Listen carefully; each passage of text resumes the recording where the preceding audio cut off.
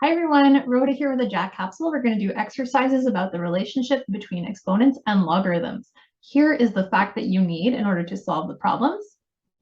And here are the problems. So I want to convert an exponential equation to a logarithmic or vice versa.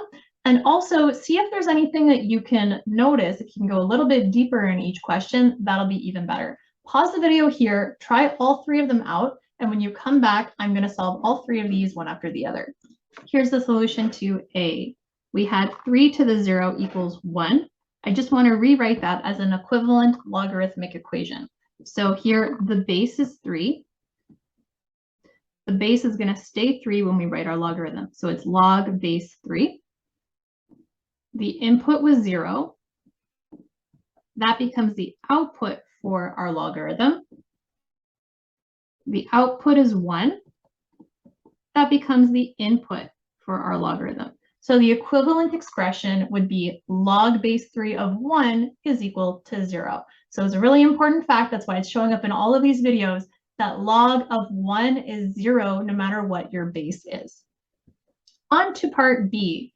B was a little bit funkier, had some stuff going on. We had log base of 1/4 of x is equal to -3. So this is actually an equation that we might want to solve to figure out what is x. To do that, we could try converting it into the equivalent exponential equation. This time my base is 1/4.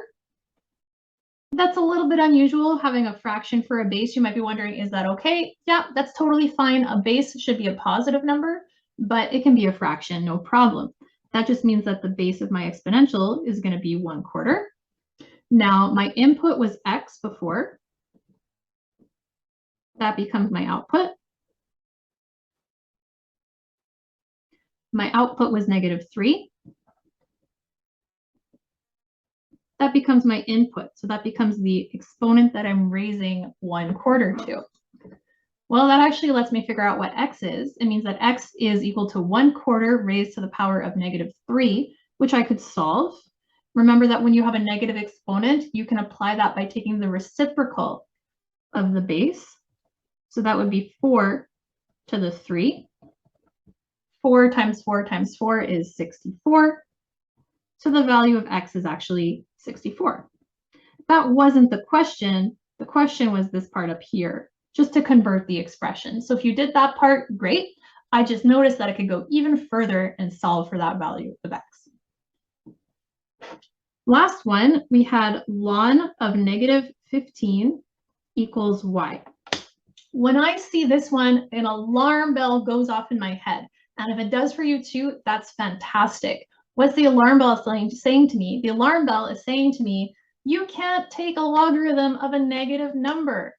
Don't ever do that. You can't take a logarithm of anything except for a positive number. So if you had that instinct, that's fantastic. If you didn't, you're going to notice the same thing when we convert to an exponential. So when I rewrite this as an exponential, first of all, I have to figure out what's the base. Remember that ln is just a shorthand for log base e. E is such a common base that it gets its own notation. So we're going to have e to the power of something equals something. My input was -15. That becomes the output. My output was y. That becomes the input. So the equation becomes e to the y equals -15.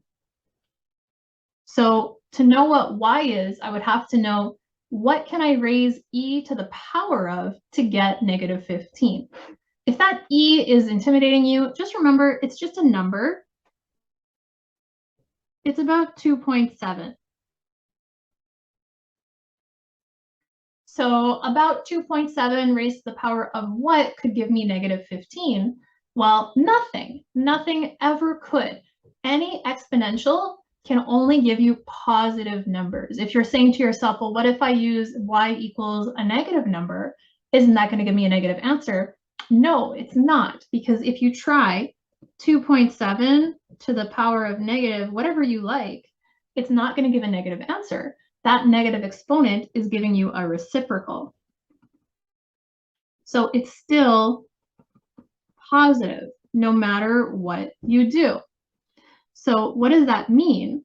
That means that in this particular equation, y is undefined, or you could say it does not exist. Log of a negative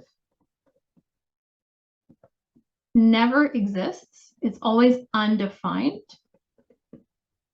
Same thing for log of 0, because an exponential only gives positive answers. That's a really good takeaway. So I hope that this was helpful. If you need any more assistance with this, we've got notes posted in the description. Otherwise, I'll see you in the next video.